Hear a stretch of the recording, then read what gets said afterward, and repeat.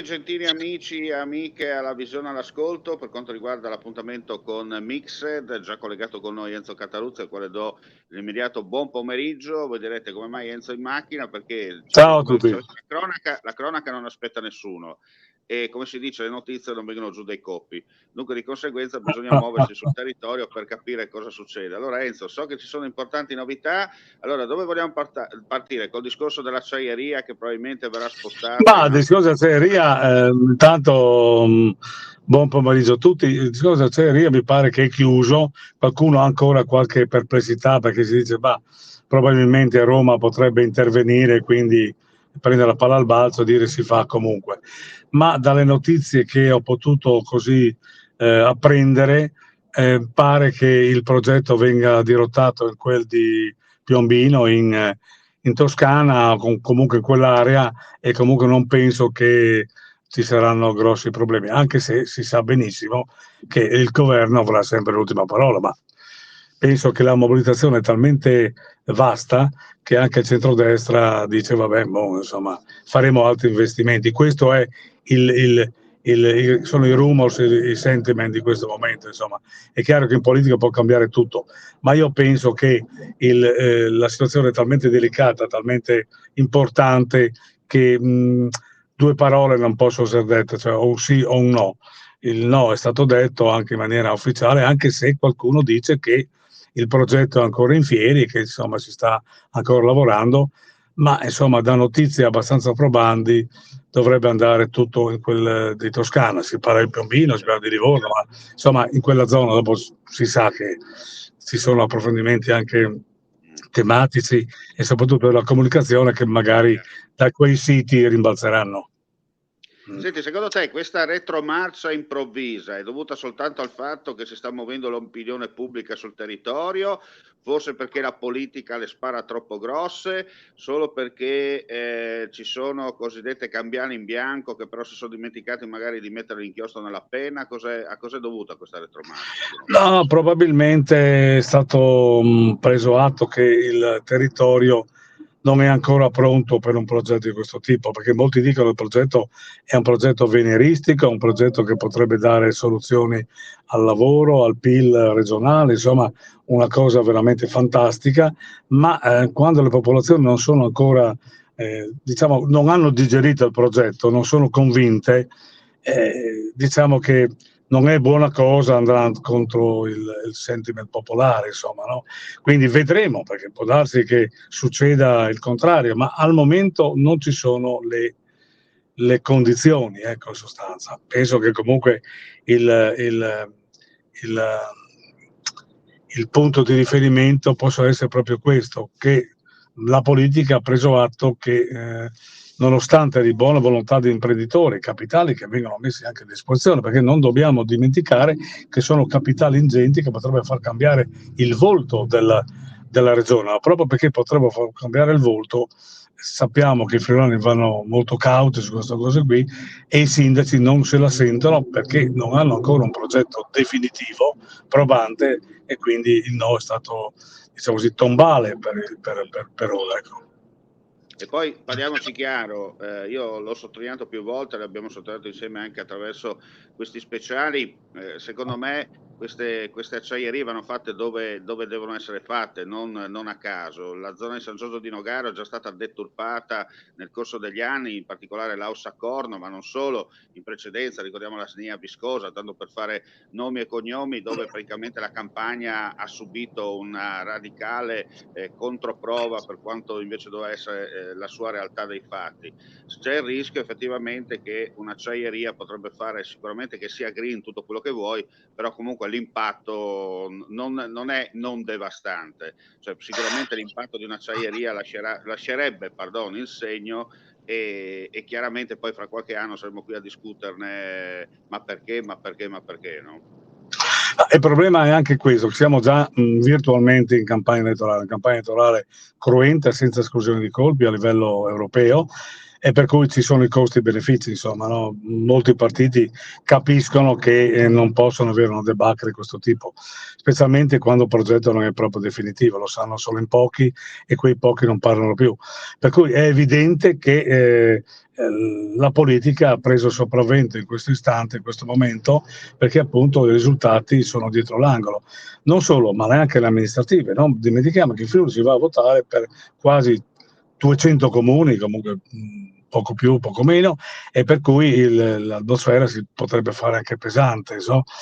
Poi ho visto che anche punti di riferimento del governo sono improvvisamente spariti, insomma, non c'è nessuno che fa la prima donna più, nessuno che dice ma tutti hanno preso, insomma, hanno fatto una retromarcia repentina, proprio perché la cosa non ha convinto neanche gli stessi che hanno proposto, insomma, ecco.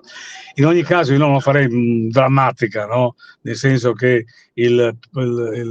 l'imprenditore ha le spalle molto larghe, può andare dove vuole e trovare anche soluzioni diverse, insomma, no? Quindi, insomma, io penso che il discorso magari continuerà con investimenti diversi, sempre nella stessa area, magari più consoli, più alla laguna e a tutto l'Interland, perché non dimentichiamo che non si tocca solo Grado, Marano, San Giorgio Nogaro, Lignano, si tocca tutta la bassa, e la bassa in questo momento ha un momento, diciamo così, particolare. Non solo la questione della laguna, ma ci sono anche la questione delle fontane, la questione degli acquedotti. Insomma, non è una situazione, si parla tanto di acciaieria, ma direi di parlare anche del resto. Il resto va rivisto quasi in toto, insomma, e la giunta regionale lo sa. Senti, per quanto invece riguarda l'area che si respira a livello politico in Friuli Venezia Giulia e non, post vacanze, mi sembra che nel centrodestra in particolare ci sia un po' di maretta, no? C'è un po' di maretta anche perché pare che parta questo progetto a livello europeo del nuovo centro, dove dovrebbero far parte sia Renzi, sia i nuovi popolari, i tempi nuovi, ma sia anche, diciamo così, anche Forza Italia ci sta pensando sopra, quindi potrebbe arrivare un'aggregazione diversa che potrebbe ridisegnare un po' quello che è il punto di riferimento dei moderati e comunque sia della gente che non vota, e chissà se magari questo potrebbe avverarsi. So che il centro più di qualche volta, insomma, ha sparigliato le carte, non solo a sinistra, ma a destra si dice che si vince al centro, e questo è vero, insomma, no? Però bisogna vedere, anche perché le questioni che il governo metterà in pista in questo momento, soprattutto la questione economica, è molto, diciamo così, complicata. Complicata perché? Perché il governo sta puntando tanto sul sistema della sicurezza e si stanno dimenticando altri temi che le famiglie, diciamo così, sono ogni giorno a combattere, no? Le bollette, il caro prezzi degli alimentari, cioè non tutti prendono 10 o 12 mila euro al mese come gli onorevoli, come i consiglieri regionali, insomma, no?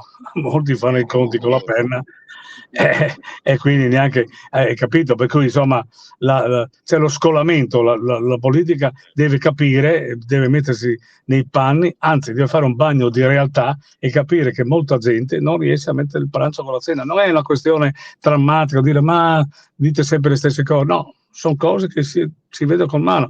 Lo stesso Friuli Doc non ha fatto il pieno ieri sera. C'è la gente va, la curiosità, c'è molta idea, c'è molta, diciamo così, partecipazione, un gusto di partecipare, però i prezzi sono alti, insomma, ci sono tante situazioni che vanno ad incidere e queste incidono anche nel consenso, nel voto, perché la gente vuole avere tutto e subito, non è disposto come molto tempo fa ad aspettare, a confrontarsi, ma vedremo. I tempi sono.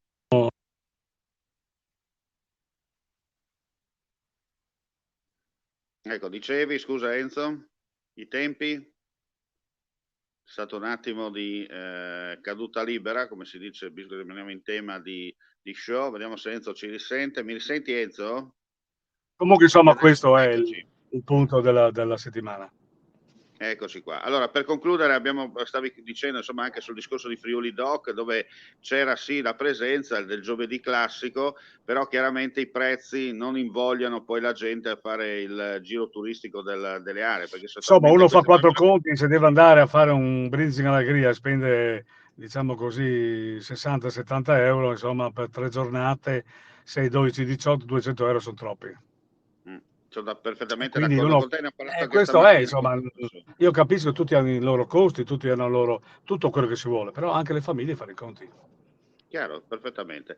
Allora, senti Enzo, io direi non abbiamo altro da aggiungere, se non sbaglio, abbiamo insomma in 10 minuti parlato in generale di quello che sta accadendo, in particolare nel territorio e soprattutto abbiamo detto acciaierie da una parte, ma indotto e poi il discorso legato all'economia sempre più a rilento. E se vuoi, magari, visto che stavamo parlando di Friuli Doc, poi è saltato un attimo il collegamento, magari dire anche due cose sull'agricoltura in Friuli Venezia Giulia, perché se ne parla poco, no?